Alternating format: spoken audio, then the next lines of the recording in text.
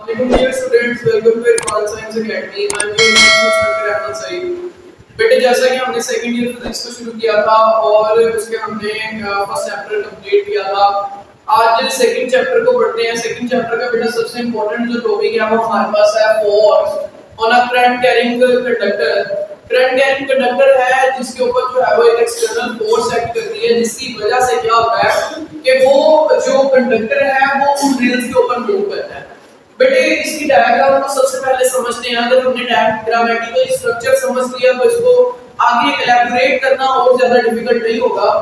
बेटे ये हमारे पास है दो मेटल की रेल्स, देन हमारे पास ये एक कंडक्टर मैंने प्लेस किया है जो कि मेटल रेल्स के ऊपर मैंने प्लेस किया। जैसे हमारे पास ये दो मेटल की रेल्स है तो उनके ऊपर हम इस तरह कंडक्टर प्लेस कर देते हैं। बेटे इसको मैंने बैटरी यहाँ फिर सेल के साथ जोड़ दिया है और ये क्लोज सर्किट बन गया है। ये बैटरी यहाँ फिर क्या है, एक सेल है जो एनर्जी का सोर्स है। बेटे ये वाला पॉइंट मैं ए कंसीडर कर देता हूँ और ये वाला पॉइंट मैं बी कंसीडर कर देता हूँ।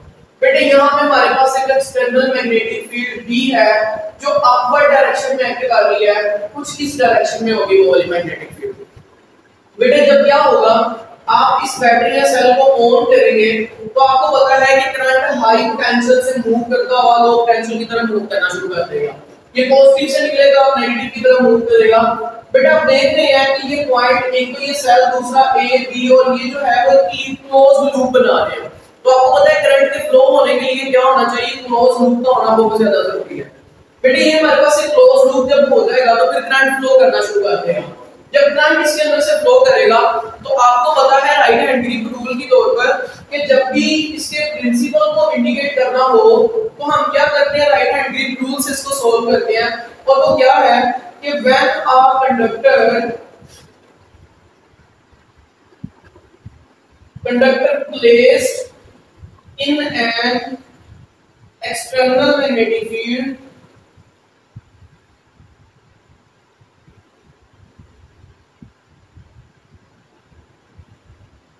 a force exerted on it। बेटा जब भी किसी कंडक्टर को एक्सटर्नल मैग्नेटिक फील्ड के अंदर रखा जाए तो उसके ऊपर क्या लगती है, एक फोर्स लगती है। आपको पता है कि जब भी किसी कंडक्टर के अंदर से करंट गुजरेगा तो एक तो उसके इर्द गिर्द में एक मैग्नेटिक फील्ड प्रोड्यूस होगी और एक हमने उसको एक एक्सटर्नल मैग्नेटिक फील्ड के अंदर रखा हुआ है जिसकी वजह से भी उसके ऊपर क्या लगेगी, एक फोर्स लगेगी।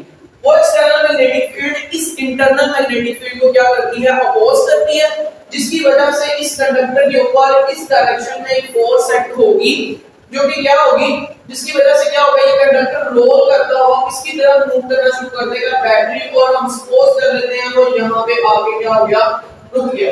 बेटे अब इस फोर्स की डायरेक्शन को कैसे इंडिकेट करते हैं, हम इस कंडक्टर को अपने राइट हैंड में पकड़ते हैं।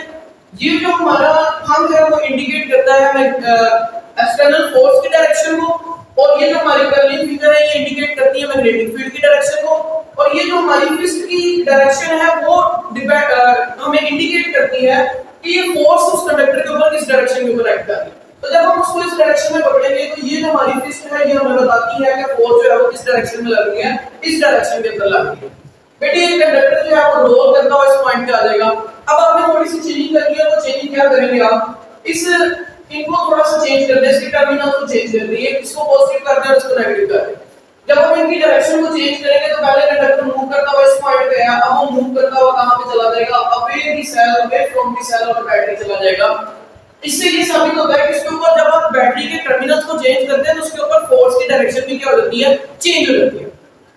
बेटे ये हमारा प्रिंसिपल और ये थी इसकी डायग्राम। अब डेरिवेशन की तरफ चलते हैं।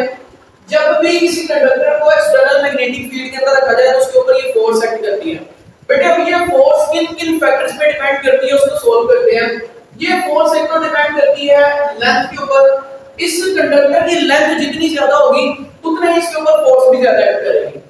दूसरा ये डिपेंड करता है करंट की वैल्यू के ऊपर।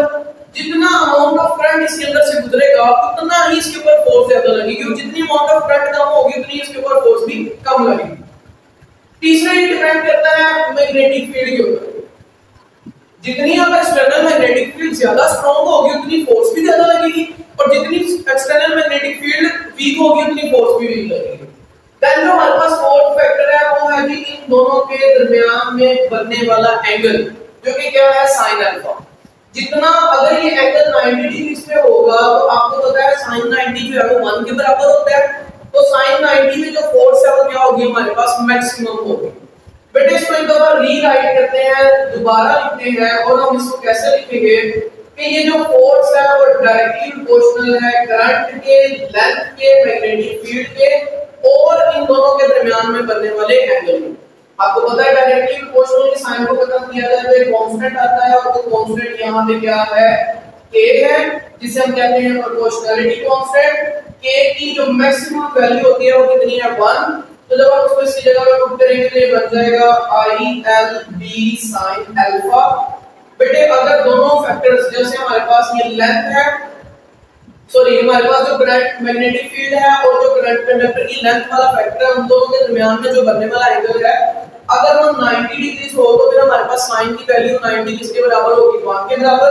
तो जब हम इसकी जगह पे पुट करेंगे तो हमारे पास फोर्स आ जाएगी IL और B। बेटे ये वो फोर्स है जो किसके ऊपर एक्ट कर रही है, उस कंडक्टर के ऊपर एक्ट कर रही है। बेटे अगर मैंने यहां से एक्सटर्नल मैग्नेटिक फील्ड निकाल ली हो तो फिर एक्सटर्नल मैग्नेटिक फील्ड को कैसे निकालेंगे हम? यहां से ये IL मल्टीप्लाई होगा तो जाके क्या हो जाएगा डिवाइड, तो ये बन जाएगा F/IL।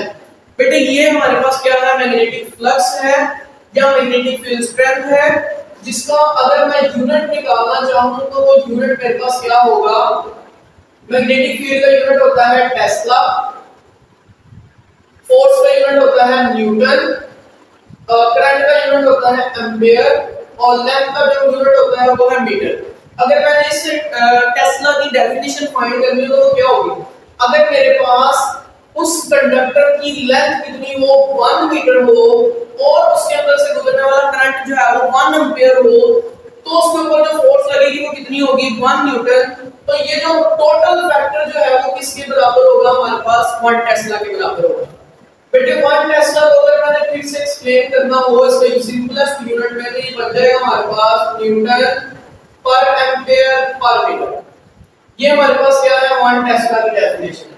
बेटे हमने पहले फोर्स को देखा कि फोर्स जो है वो मैक्सिमम कब होगी और मिनिमम कब होगी, जब ये एंगल्स के हमने एंगल से इंडिकेट किया। अब अगर मैं इसको प्रैक्टिकली थोड़ा सा इंडिकेट करूं कि फोर्स मैक्सिमम कब और मिनिमम कब होगी, तो बेटे उसके लिए मैं डायग्राम यहां पे ड्रॉ कर रहा हूं। ये मेरे पास एक सरफेस है जिसके दरमियान में हमने क्या रखा हुआ है, कोई भी कंडक्टर प्लेस किया है और जब इसके अंदर से करंट गुजरा तो इसके इर्द-गिर्द एक एक्सटर्नल मैग्नेटिक फील्ड प्रोड्यूस होना शुरू होगी। ये जो डॉटेड लाइन है एक्सटर्नल मैग्नेटिक फील्ड को इंडिकेट कर रही है, ये इसका नॉर्थ पोल और ये इसका साउथ पोल है। ये जो है मेरे पास क्या है एक्सटर्नल मैग्नेटिक फील्ड की डायरेक्शन को इंडिकेट कर रहा है नॉर्थ से साउथ की तरफ। बेटे आप देख रहे होंगे कि ये जो फोर्स है अगर वो क्या हो इसी डायरेक्शन में मूव करे और हमारे पास क्या हो कि जो करंट का ये जो एक्सटर्नल मैग्नेटिक फील्ड का फैक्टर है ये दोनों क्या हो एक दूसरे के परपेंडिकुलर आ गए, एक ही डायरेक्शन में आ गए, तो ये एक दूसरे की स्ट्रेंथ को क्या कर देते हैं इंक्रीज कर देते हैं, जिसकी वजह से उस कंडक्टर के ऊपर जो फोर्स लगती है वो कौन सी होती है मैक्सिमम फोर्स एक्ट करती है। बट अगर क्या हो इनकी डायरेक्शन ऑपोजिट हो, जैसे ये वाला मेरे पास फैक्टर यहाँ पे डायरेक्शन ऊपर की तरफ और यहाँ पे डायरेक्शन नीचे की तरफ है, तो इस पॉइंट पे आगे क्या होगा ये एक दूसरे के इफेक्ट को क्या कर देंगे कैंसिल आउट कर देंगे और यहाँ पे जो फोर्स क्रिएट होगी वो क्या होगी मिनिमम फोर्स क्रिएट होगी। बेटे ये था हमारा टॉपिक, हमने इसमें क्या क्या पढ़ा, हमने इसकी डायग्राम को इलैबोरेट किया, हमने इसके प्रिंसिपल के बारे में पढ़ा, हमने इसकी डेरिवेशन को देखा, इसकी डेरिवेशन में क्या क्या चीजें मौजूद है, उसके बाद हमने मैग्नेटिक फील्ड स्ट्रेंथ की एग्जांपल और उसके यूनिट को देखा। देन हमने देखा कि फोर्स मैक्सिमम और मिनिमम कब होती है अगर एक्सटर्नल और मैग्नेटिक फील्ड के लिहाज से देखा जाए। बेटे ये था हमारा आज का टॉपिक, इसको समझना ज्यादा डिफिकल्ट नहीं है अगर आप इसको पॉइंट टू पॉइंट लेके चलते हैं। ये था हमारा आज का टॉपिक, अगर आपको इसको समझने में कोई भी डिफिकल्टी हो रही हो तो आप कमेंट करके दोबारा पूछ सकते हैं। Thank you for watching this video, take care, Allah.